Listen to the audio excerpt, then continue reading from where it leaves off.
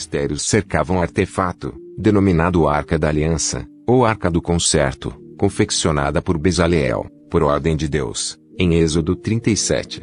O primeiro segredo, que a Bíblia nos revela, sobre a Arca da Aliança, está no fato de que a mesma não podia ficar desprovida da iluminação trazida pelas chamas acesas nos castiçais do candelabro. Sem a luz, alimentada pelo azeite no candelabro, a presença de Deus se tornava desfavorável ao sacerdócio, em razão da sua desobediência dos mandamentos do Senhor, e de sua falta de zelo em cuidar da obra de Deus.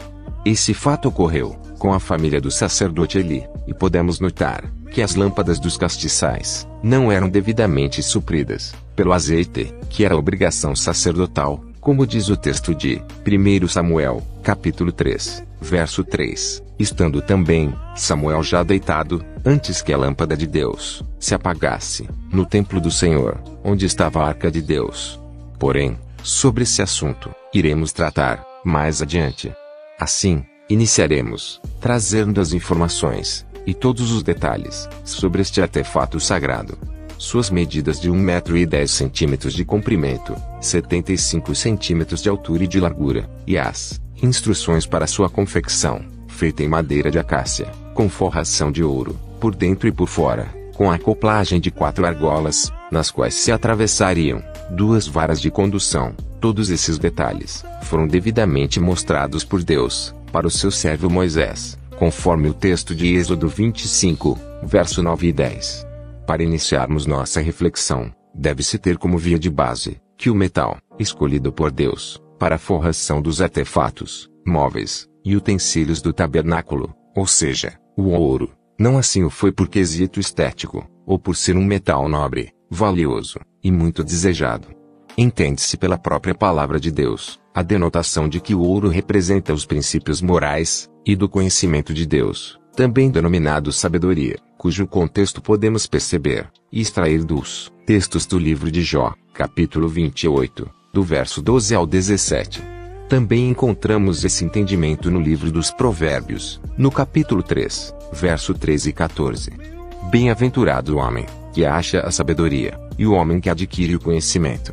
Porque melhor é a sua mercadoria do que a mercadoria de prata, e a sua renda do que o ouro mais fino. Também em Provérbios 8, versos 10, 12 e 19. Assim declaram os textos: aceitai a minha correção, e não a prata, e o conhecimento, mais do que o ouro fino escolhido.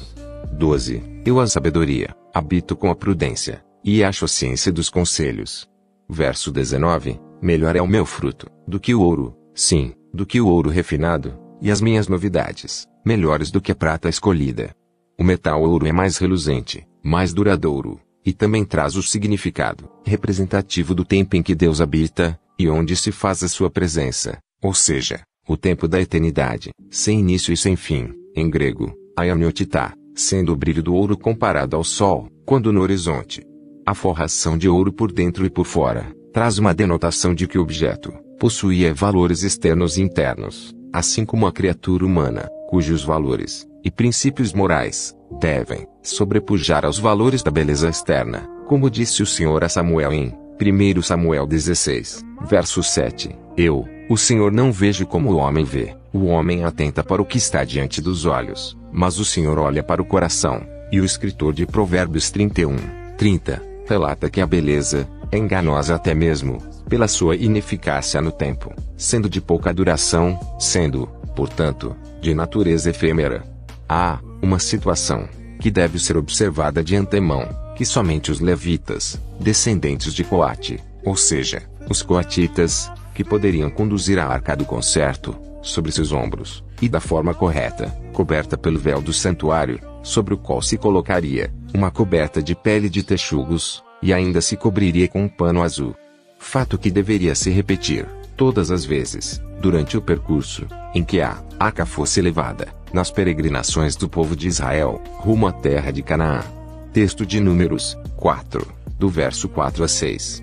Nota-se aqui uma circunstância comum entre todos os levitas. Eles foram contados e separados para o Senhor, no lugar de todos os primogênitos que abrissem a madre, e o número de primogênitos que que ultrapassaram a quantidade de levitas, foram avaliados, a preço de prata, num total de 273 primogênitos. Descrito em Números 3, 46 e 47. Sobre eles, os levitas, seriam derramadas as águas da purificação. Números 8, 7. Também os levitas não receberiam como dádivas os territórios distribuídos na terra prometida, mas o Senhor seria a porção de suas heranças.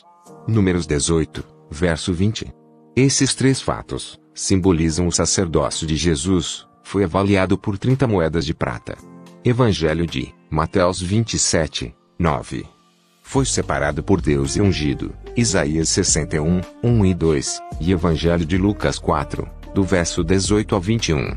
Batizado nas águas do Rio Jordão, no Evangelho de Mateus 3, 13, e sobre ele, foi derramado um nardo puro, perfume aromático de especiarias. Evangelho de João 12, verso 3. Portanto, Jesus é o modelo padrão de um sacerdote levita, por ser o instrumento do cumprimento da palavra de Deus, trazendo tais características, pois é o primogênito de Deus, Cordeiro consagrado ao Eterno, é o Senhor de tudo, sendo sumo sacerdote da ordem de Melquisedeque, não somente oferecendo sacrifícios pelo povo, mas sendo o próprio sacrifício.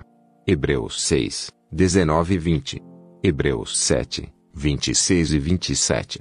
Um grande segredo da Arca da Aliança é que esta não poderia permanecer, após o findar da tarde, desprovida de iluminação ao seu redor, a qual era realizada por 7 castiçais, que formavam o candelabro, no interior do tabernáculo, os quais eram alimentados por azeite puro, batido, feito especialmente para a casa do Senhor. Levítico 24, 1 a 4. O fogo pelo qual deveriam ser acesas todas as lâmpadas do tabernáculo teria que ser retirado das brasas do altar do holocausto, cujas chamas permaneceriam acesas continuamente e não se apagariam. Levítico 6, versos 12 e 13. Tais brasas já estariam debaixo de uma autoridade sacrificial, pelo sangue ora derramado, dos holocaustos apresentados diante do Senhor, de maneira contínua, pela manhã e pela tarde. Em Hebreus, capítulo 9, verso 22, declara que, sem derramamento de sangue, não há remissão. Além disso, no capítulo 9 de Levítico, versos 23 e 24, o fogo do Senhor havia descido sobre o altar e produzido chamas provindas do próprio Deus, motivo pelo qual o povo jubilou em ações de graças. Porém, sem apresentar qualquer reverência ao acontecido no capítulo 9, no texto subsequente, ou seja, o 10, Nadab e Abiú acenderam o altar do incenso e o incensário com chamas trazidas de outro local, diverso do altar do holocausto, sendo, assim, fogo estranho, trazendo para eles a condenação do fogo do Senhor, que saiu de sobre a arca do concerto, provocando suas mortes. Esse vídeo continuará tratando desse assunto, na sua parte 2.